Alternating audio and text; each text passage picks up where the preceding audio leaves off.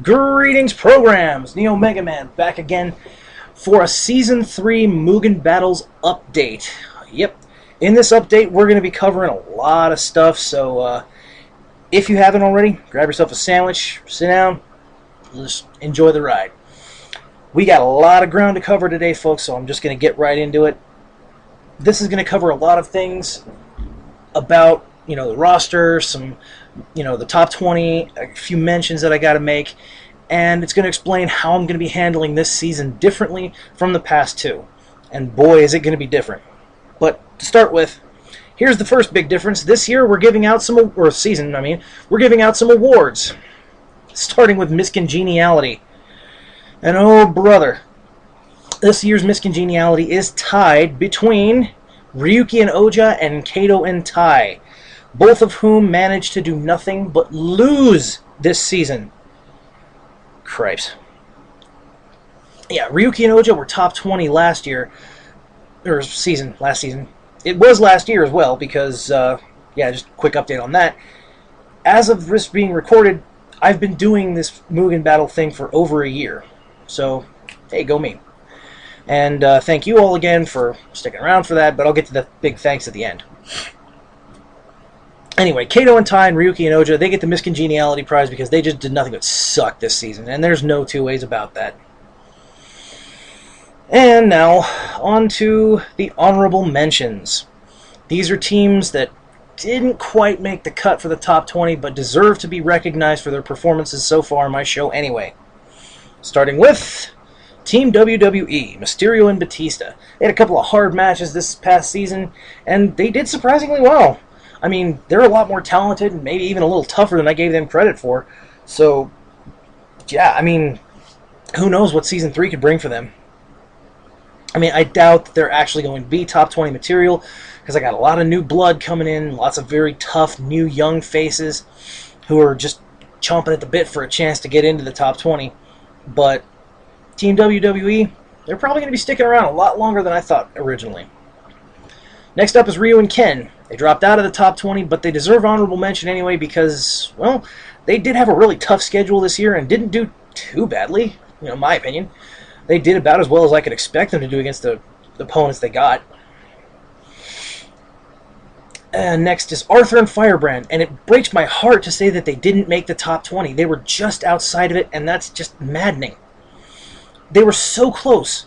I mean, I think they were like 2 points outside the top 20, and it's just heartbreaking. They're talented, they're dangerous, they're very fun to watch, they're a fan favorite. I mean, I know at least one of you out there is almost as disappointed as I am that they didn't make the top 20.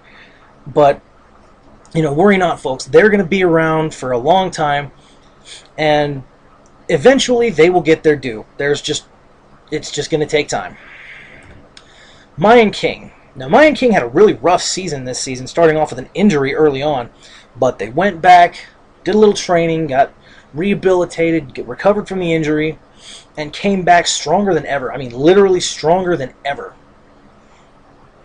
And Season 3 is definitely going to be the season of M.U.G.E.N King, at least in terms of their matches, because I don't foresee anybody having a very easy time stopping them. Suja and Enja, yeah, they're not in the top 20, but man, they might ought to be. Super Suja and Enja basically got knocked out because of that one loss, just a heartbreaker in a round 3 to Team Heavy Metal, and that's basically what kept them out of the top 20. It was just that close. Just terrible, terrible, terrible. But now, on to the main event, the Team Power Rankings for Season 3. Starting off with team number 20, Kirby Chew. Should be no surprise. Kirby Chew are undefeated in Season 2. They made a huge impact, and as such, hey man, they earned themselves 15 points and the right to be in the top 20. And this season, definitely looking good for them so far. They're just as tough as they were, and I think I'll let them do the talking for themselves whenever they get their first match. Up next at number 19, Team Heavy Metal, Iron Man and War Machine. Like I said, that one basically decided that spot. If Iron Man and War Machine took it, they were in. If Suja and Enja took it, they were in. And unfortunately, Iron Man and War Machine pulled it off. 17 points, giving Iron Man and War Machine the number 19 spot. Number 18, Kenji and Tessa. They had a really rough season this past season, and it wasn't their fault, really. They had a bunch of really good matches. They did their best. They played their hearts out, and man, I got to give them props for still being in the top 20. But, I think that they're going to congeal a little better this season, and they're going to get some more big wins, and that's going to propel them even higher in the rankings, probably. Number 17, Koreana Mono. Big shocker. The Last Bladers are making an impact. After premiering last season, Koreana Mono are just blazing their way. Or they premiered late season 1, I mean. Koreana Mono are just blazing their way through opponent after opponent, and nobody can stop them. And what's worse for their opponents, I've heard they've done nothing in the offseason but train constantly. So they're going to be even tougher when they come back in Season 3. And I expect explosions when they enter the ring. I'm serious. It's going to be terrible. Number 16, Blizzard and Diablo. They had a really rough season last season too, and unfortunately they just didn't get a whole hell of a lot out of it. So they dropped quite a few places, 3 I think, and they have nothing to be ashamed of, really. They're still one of the toughest teams on my show, and they're still in the top 20, which is a lot more than a lot of their opponents can say. But unfortunately, they're going to have to struggle even harder than they were this season to get back to where they were. And that's a hard place to work from. Number 15, Sango and Miroku, who have been on fire since they premiered. I mean, literally, they have just non-stop beat down anybody who they've come across. And it's not surprising. They're effective. They're efficient. They're ninjas. Well, one of them is anyway. But Sango and Miroku, yeah, definitely a team to watch. And they're probably going to stay top 20 at least for the duration of their run on my show. I'm not saying that because I'm going to make it happen. I'm saying that because they've got the skills to have it happen. Number 14, Dora and Kiel, who have been basically untouchable. I mean, they're nasty. They've got Dora up front. She's big, she's powerful, she's good for tanking. She's got that lightning special, which can do some pretty good damage, while Kiel's, downstairs, zipping around, doing the knifing, hitting that big east wind special, and giving them massive, massive victories. It's no surprise they're in the top 20. It is a little surprising they're not higher. But, that's just how things work. Season 3, definitely going to be a time to keep an eye on Dora and Kiel, because they are poised to make some big moves and have some big wins come their way. Number 13, Dragon Deathscythe. Again, this isn't much of a big change, but it's a little change. But Dragon and Deathscythe have nothing to be disappointed in. They are really tough. They're damn near unstoppable as well. They've, had a few rough patches, but nothing major yet. And they're going to give a run to absolutely anybody they come across on my show. There's just no doubt about it. Dragon Gundam, Gundam Deathscythe, good on you, man. You guys are kicking ass and taking names, and that's what I like to see. Number 12, Samus and Snake. And this is another team with a big update. Samus has purportedly gotten tired of the lack of defensive firepower that the Zero suit afforded her. So, she's apparently gone back and gotten her power suit back. So yeah, this team just got a hell of a lot more tough and more dangerous and a lot more firepower. Because Samus, yeah, now she's just as dangerous as Snake, if maybe not more so. Whew. Rounding out the bottom 10, Kimon EG. They pushed hard and they earned this spot. I mean, they just missed out on being in the top 10. Just barely. And that's a little disappointing for them, maybe.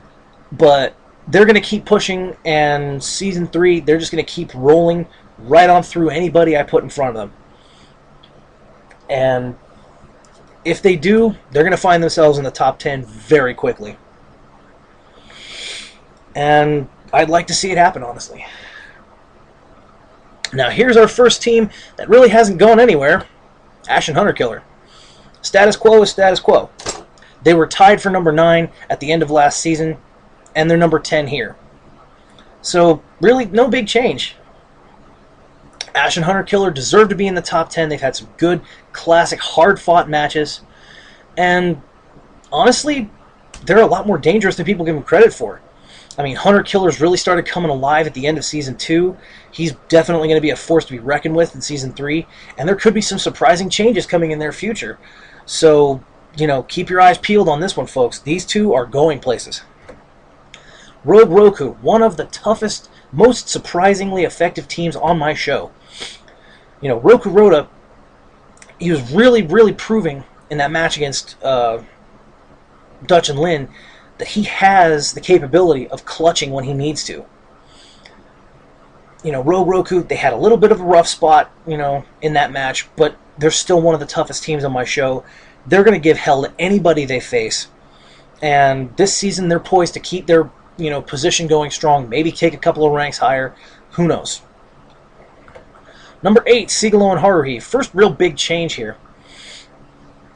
Sigil and Haruhi now ranked number 8. And that's to say nothing against them. They're still a damn effective team. Ruthless, efficient, powerful, and they both hit like a freaking truck. It's not nice. These two are definitely going to be pushing hard in Season 3 to make up for lost ground, and I don't blame them. So, yeah.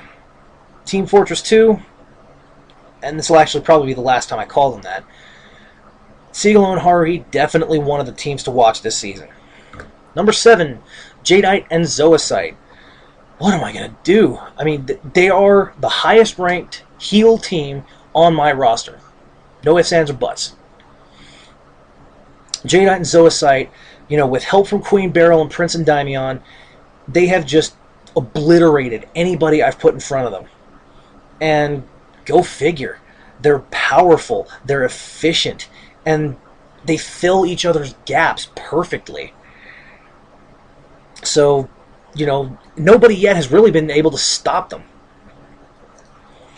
And I don't foresee anybody in the near future who can. Number 6, Team G.I. Joe. Go figure. They're ruthlessly efficient, they're brutally powerful, and they're ninjas. You know, I mean, I guess they sort of overcome the law of multiple ninjas, or the law of the law of conservation of ninjutsu. Look it up.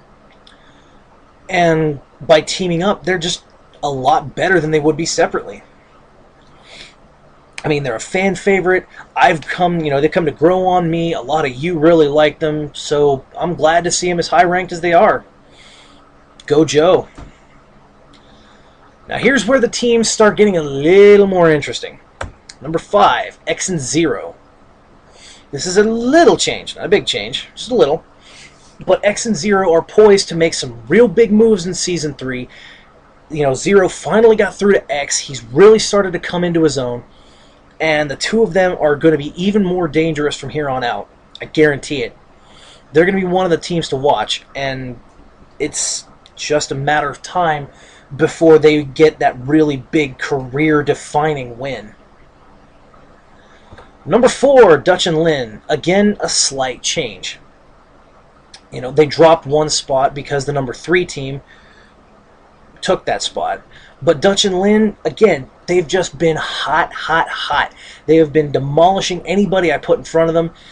And they had that real classic with Rogue Roku, you know, nothing to be ashamed of there for going to round 3.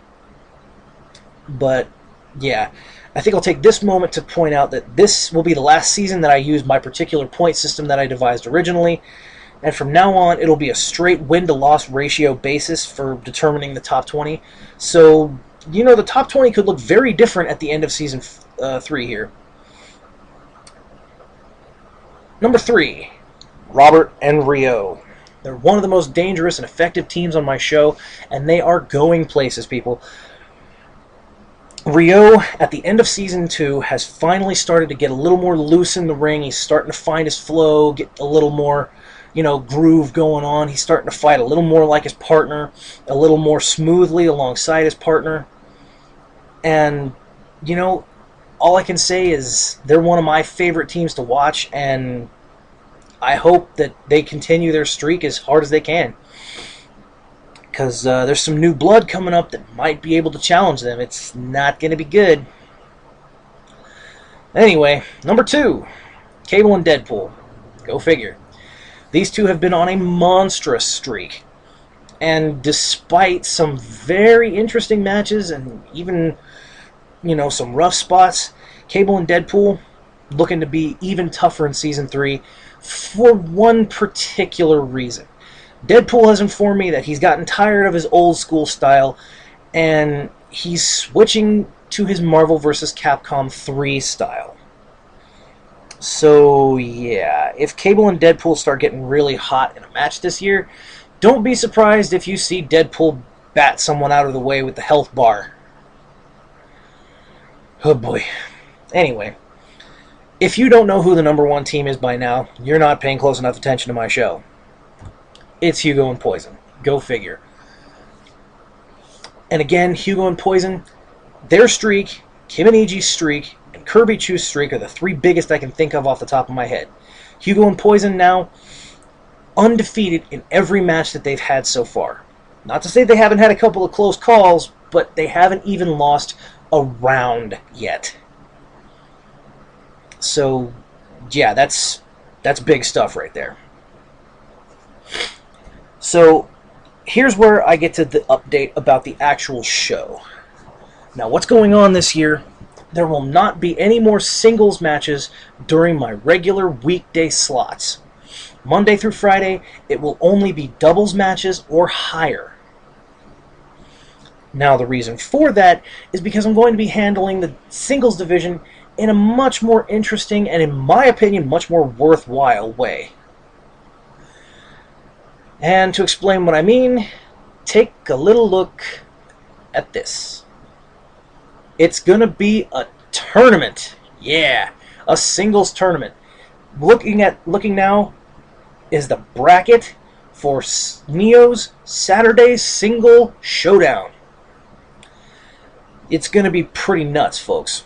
Now, how it works is me and TK have both picked 16 characters from my singles list, and my characters will be the characters I named first in the 2 brackets here, and his will be the others. And we picked the 2 sets of 16, and they're going to be pitted against each other, and it's going to be a tournament to run concurrently with the rest of my season.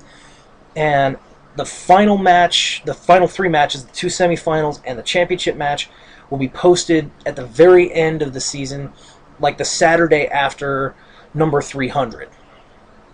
Number 300. So, to start with, in the East Division, we've got Rocky versus Tsunami Dusher. Rocky, a semi-new face. He's a robotic, hard-punching kind of guy. It'll be interesting to watch him. Dark Nation, another new face, versus Shenwu, another new face. You'll just have to see how they look whenever the matches come up. Rain versus Ant-Man, another new face. A Bobo taking on Chameleon, and a rematch to start with, go figure. Jin Sao Tome, another fighter who hasn't premiered yet, going to be taking on Satsuki. Yuri Sakazaki going to be taking on Birdie. She's another new face. She's Sabretooth's assistant. Blood Tide going to be taking on Big Bad Terry Bogard. And Bang going to be taking on Noroko. Now, my personal pick to win this bracket, me and TK both got picks. My pick is Blood Tide. I got to bet on her because she actually beat Iori. It's amazing. TK's pick to win this bracket is a Bobo, and I can't blame him. The big man's been on a hell of a tear, and it could be a good year for him, Anyway, in the West bracket, my first pick, Crazy Joe. TK's is Magnet Man. Then we got Dragon Claw versus Andy Bogard. Bolt Gundam going to be taking on Benny Maru, another new face. Shadow Rue, another new face, and a very interesting fighter, going to be taking on Black Widow. It's going to be pretty interesting. She's another member of Team Avengers. Takuma going to be taking on Big Bad Iori. Should be an interesting fight. Kia Shan going to be taking on Krauser. Ninja Megazord, another new face on my roster, going to be taking on Astro. And Proto Man going to be taking on the hero of the Matrix, Neo. Now, TK's pick to win this bracket is Iori. I don't blame him. I'm personally going with Crazy Joe. The man's insane. It's hard to beat a really insane person. But Iori's kind of insane too, so you never could know. And if our picks go the way we think, if both Crazy Joe and Blood Tide make it to the championship match, my money's on Blood Tide to win. If TK's picks are the ones that go, Abobo and Iori winning their brackets respectively, TK picks Abobo to beat Iori. And I don't think I can blame him. It's going to be really interesting to see. It's the first set of 2 matches is going to be posted right alongside the first week of my battles. It's going to be posted on Saturdays. And yeah, it should be interesting. It's probably how I'm going to handle the singles division from here on out. Just going to have the tournament running concurrently with my regular MUGEN show. And that's going to be good. So, anyway, like I said, I've been at this for over a year now, and I've got all of you to thank for making it as successful as it is. Thank you for your patience. Thanks for sticking around. Thanks for liking, commenting, subscribing. Hope to hear from more of you. Hope to have more subscribers come in and help me make the battles bigger and better. And I guess for now, that's probably going to be all she wrote for the update. So, see you in Season 3, folks. This video should be coming out on the Sunday, right before the Monday when the season starts. Unless really bad things happen. But beyond that, I'm NeoMegaMan for the Season 3 update. Signing off again. See you in Season 3, folks. End of line.